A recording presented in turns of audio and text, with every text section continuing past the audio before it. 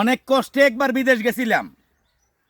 আমি আবার চাইতেছি বিদেশ যাওয়ার লাগিয়া, কিন্তু ঘরের মধ্যে যখন সারাদিন সিএনজিটা চালাইয়া আয় ভাই, খোলা ময়দানের মধ্যে কৃষি কাজ কইরা ঘরে যায় গিয়া আমি একটা আশ্চর্যজনক জিনিস দেখি। কি আশ্চর্যজনক জিনিস দিয়ে জানেন? ঘরের ভিতরে গিয়া দিয়ে আমার একটা বাচ্চা অসুস্থ। আমি গোটাত গেলে সে আমার দিকে এইভাবে চাইলে ভাই কলজাটা আছে না একদম নরম হয়ে যাগা। তারপরে কলজাটা তো নরম তখন আমি তারে সুন্দরভাবে একটা ডাক দেই, বাবা আব্দুল নূর। তখন কি করে ভাই জানেন? তখন সে একটা হা হা হা হা কইরা ভাই, মুখটা অনেক সুন্দর আল্লাহ তাআলা আমার নূর রে দিছে, খুব সুন্দরভাবে একটা হাসি মারে।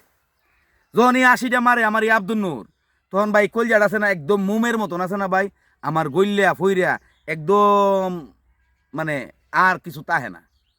তো চিন্তা করতেছি বিদেশ যামু যেভাবে হোক একবার বিদেশ গিয়া কিছু ডইল সফলতা পাইতাম দিকে আমার এই অসুস্থ বাচ্চা আব্দুল নূরের তোলে এই 8-10 লাখ টাকার মতন তার অসুস্থতার তোলে আমি বাংতাম পারতাছি বা পারছি।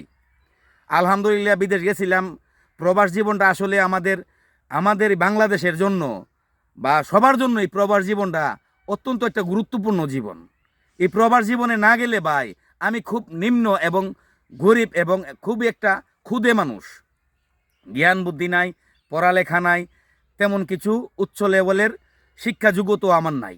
আমি শুধু একটা ছোটোখাটো একটু সামান্য একটু লেখাপড়া করছিলাম, এটা দিয়া অনেক কষ্ট করিয়া বিদেশ গেছিলাম। এই প্রবাসে গিয়া প্রবাস জীবনটারে অনেক কষ্ট করিয়া কাজে লাগাইছিলাম বিদায় আমি কিছু টাকা এখানে উপার্জন করিয়া আমি রাখছিলাম বিদায় আমি আজকা এই 1.5 বছর 15 মাস যাবৎ আমি আমার আব্দুল নূরের চিকিৎসাটা আমি চালাই যেতাম পারছি বা করছি।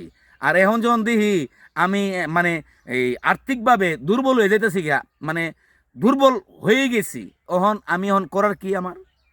আমি চিন্তায় খুব মগ্ন হয়ে গেলাম। ওই ফেসবুকের মধ্যে বিদেশ থাকতেই ফেসবুকটা খোলা আছেন ভাই, স্ক্রল করতে দেখলাম যে অনেক কন্টেন্ট ক্রিয়েটাররা অনেকভাবে অনেক কিছু তে আবার দেখি যে কারো বাইট গেলে, কোনো কন্টেন্ট ক্রিয়েটারের বাইট গেলে হেরা কারো সাহায্য সহযোগিতা করতে রাজি না, কারো উপকার করতে রাজি না।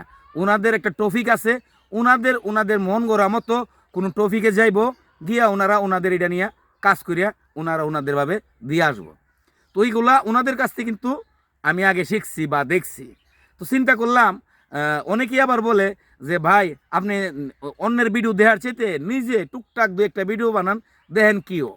তারপরে হঠাৎ করে চিন্তা করে দেখলাম ভাই আসলে আমার একটা বাচ্চা অসুস্থ, আমি এই বাচ্চাটা নিয়ে আল্লাহ ভরসায় অনলাইনে কাজ কাম করি।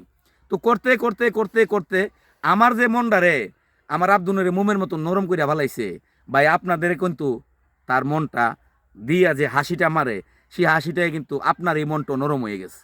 তো আমি চিন্তা করতেছি বিদেশ কিভাবে যাবো। তার কাছে মানে আব্দুল নূরের চেহারা দেখলে, মায়াবী চেহারা, আল্লাহ তালা এমন চেহারা দিছে, মানে আমি দেখলে আমি শেষ। আমি কি করতাম কোন?